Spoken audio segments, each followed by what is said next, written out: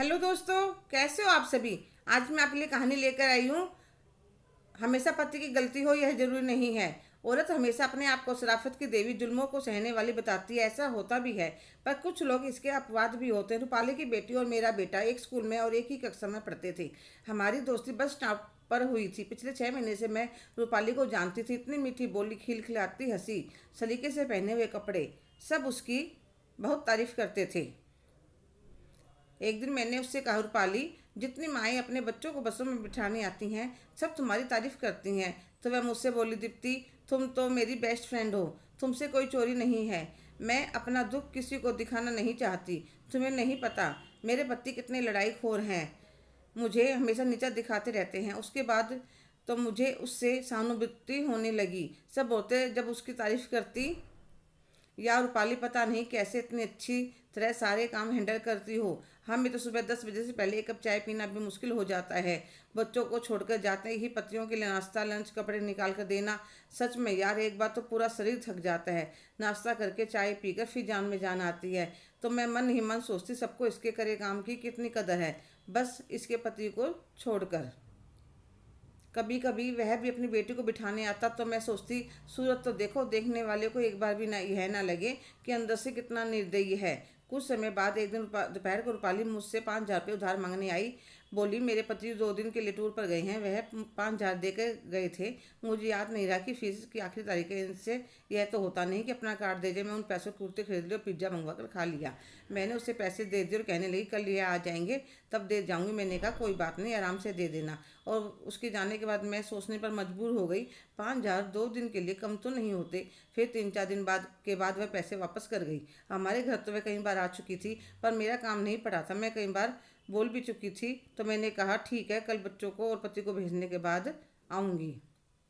अगले दिन मैं तैयार होकर चल पड़ी। रास्ते से कुछ चॉकलेट्स लिए, क्योंकि पहली बार जा रही थी। मैं उनके घर के दरवाजे के बाहर पहुंची थी कि दोनों पति पत्नी के बोलने की आवाज़ आ रही थी। उसका पति बोला, तुम कपड़े अटैचमेंट डालने से पहले एक बार देख तो लेती, 2 बनियान दोनों में छेद थे। मुझे इतना बुरा लग रहा था, इतनी ज़रूरी मीटिंग थी, तो मैं अपना काम खुद क्यों नहीं करता हूँ, हर बार खुद ही करता हूँ। तुम्हें भी पता है, घर पर आने का टाइम नहीं था।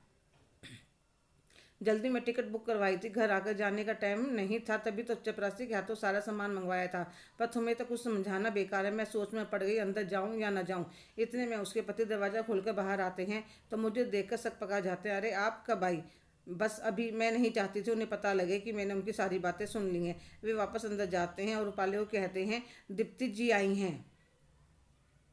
तो वह खुश होकर बाहर आती है, कहती है, अच्छा तुम बैठो, मैं चाय बना कर लाती हूँ। अंदर जाकर अपने पति से कहते, जरा बिस्किट, नमकीन और चाय पत्ती भी नहीं है।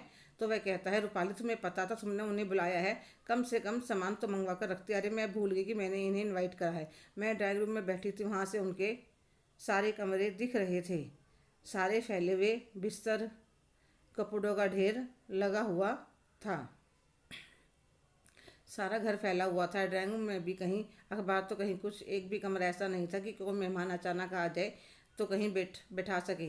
इतनी देर में वह चाय बनाकर ले आती है, पर उसके कप को देखकर चाय पीने का मन नहीं हुआ। मुश्किल से 1-2 घूंट भरी और कहा, अभी पीकर ही चली थी, और कप रसोई में रखने के लिए चली गई। देखा, सिंक बर्तनों का भरा पड़ा था, जैसे कई दिन के बर्तन इकट्ठे कर रखे हों। बदबू आ रही थी। मुझसे तो रसोई में खड़ा होना मुश्किल हो गया। कुछ देर बैठकर मैं वापस आ जाती हूँ और सोचती हूँ कि देखा जाए तो उसका पति कहाँ गलत है। आदमी पूरा दिन ऑफिस में काम करता है, खपता है, बस बॉस से डांट भी खाता है, तो इंसान चाहता है घर में 2 पल सुख के नसीब हो। अगर वह भी नसीब ना हो तो गुस्सा आना स्वाभाविक है। जो औरतें नौकरी करती हैं, उनकी मजबूरी होती है, वह घर को पूरा समय नहीं दे पाती। पर यह तो पूरा दिन घर पर रहती है। पति ऑफिस चला जाता है, बेटी स्कूल, सारा टाइम अपना है, पर इन्हें तो अपने से ही फुर्सत नहीं होती। मैं रूपाली के बारे में सोच रही थी कि अपने आप को बेचारी दिखाने के लिए अपने पति को कटघरे में खड़ा कर दिया। हेलो दोस्तों, कैसे हो आप सभी। आज की कहानी आपको कैसी लगी, कमेंट करके ज़रूर बताइएगा।